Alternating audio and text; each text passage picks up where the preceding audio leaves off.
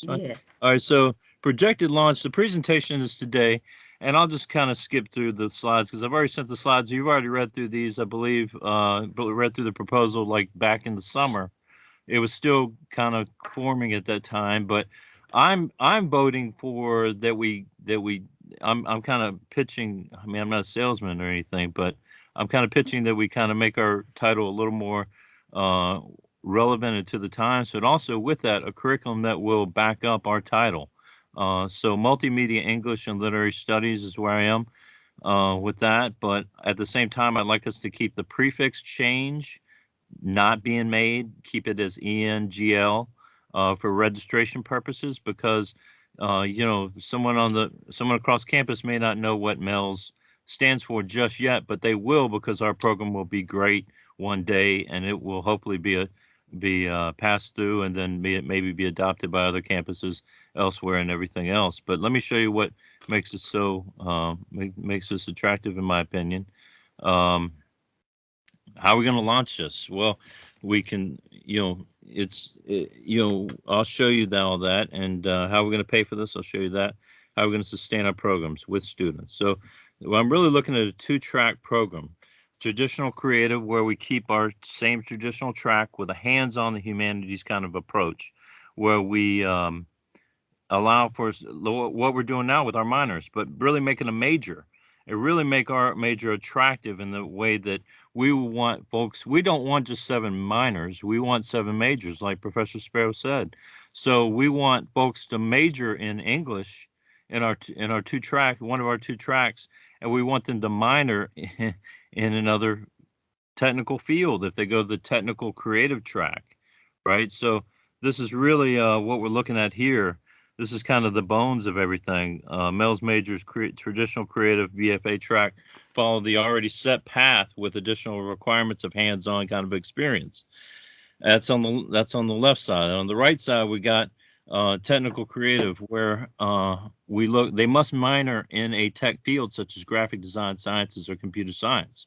So it will have overlapping electives to where they can cover both a little bit of this, a little bit of that.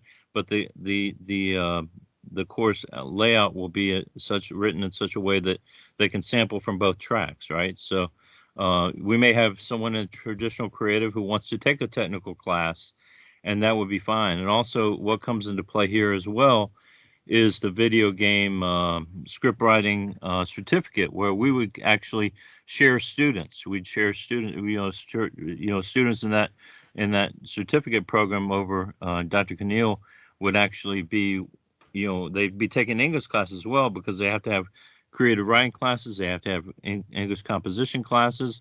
I'm going to argue that those certificate students need a lit course. So that would be at least one lit course for that certificate program. But let me see here if I covered everything here. Free electives, free and focused, hands-on book building, magazine making, editing is a must for a traditional creative track. The MELS BFA technical creative track, like I said, they must at least minor in a technical field if they go on that track. But the thing is, we'll have the 2 tracks. We'll have the 2 options there. So steps from here. English department approval. Hopefully we can vote on this, now. I'm saying that we should keep. I'm voting for that we keep the ENGL prefix for our registration purposes, but we change our name to Multimedia English and Literary Studies, and we kind of build the program out from there. We look to launch it fall 2022. Humanities Division vote, all that, and we need to be in contact with Miss Lynn Burks, who's been in contact with us about the grant coming due 5/22. We need to begin kind of writing. We have a lot of it written already, but she's going to want more information. She's just very thorough in that way, so she will want more. So we need to kind of get on that as well. We contact Miss Sienna Fisher Jackson about updating our department page. We could do that immediately after we get approvals. We don't have to wait for a grant for that. So what makes, I'm going to come back to this, but what makes it so attractive is we don't need funding to kind of make this work because we'll have the students. Like we already have 7 minors, so we'll have 7 majors. I believe Professor Sparrow's goal will be met, and we'll have that. But the next steps, this is one step.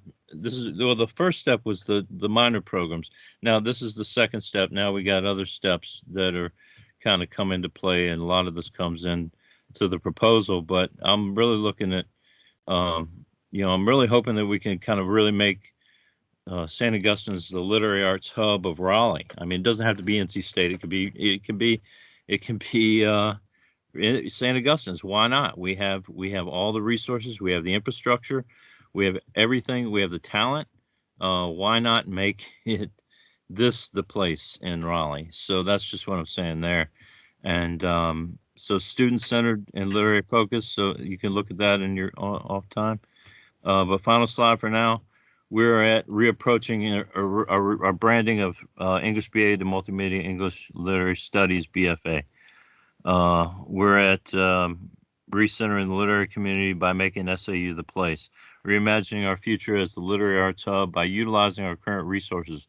Now, this quote is "Wealth is tied to land," was from Melissa. I can't remember her last name or middle name or last name, but she presented at Faculty Institute, where she said, you know, HBCUs, we have a lot of land.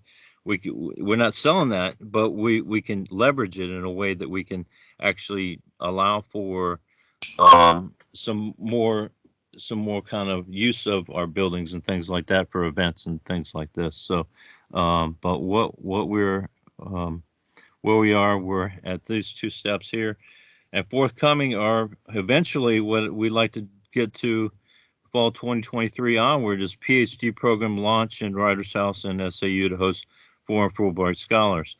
References, I'm going to get to this really quickly. There are very few because this program is so unique. There's no other campus doing this. The closest program to us would be MIT Media Arts and Sciences Lab. The bones for our MFA, our BFA program is the course descriptions came from UNC Wilmington, but that's just for the creative writing track. So I adopted some courses there and kind of reworded things, which is fine. We pay their salary, so why not take from their resources and kind of just look to, but I'm giving ample credit here with that. So thanks so much, colleagues, for everything. And I'm voting to keep the ENGL prefix and to actually move that we kind of adopt the Multimedia English and Literary Studies 2-track program. But that's all I had, and I'll stop sharing my screen.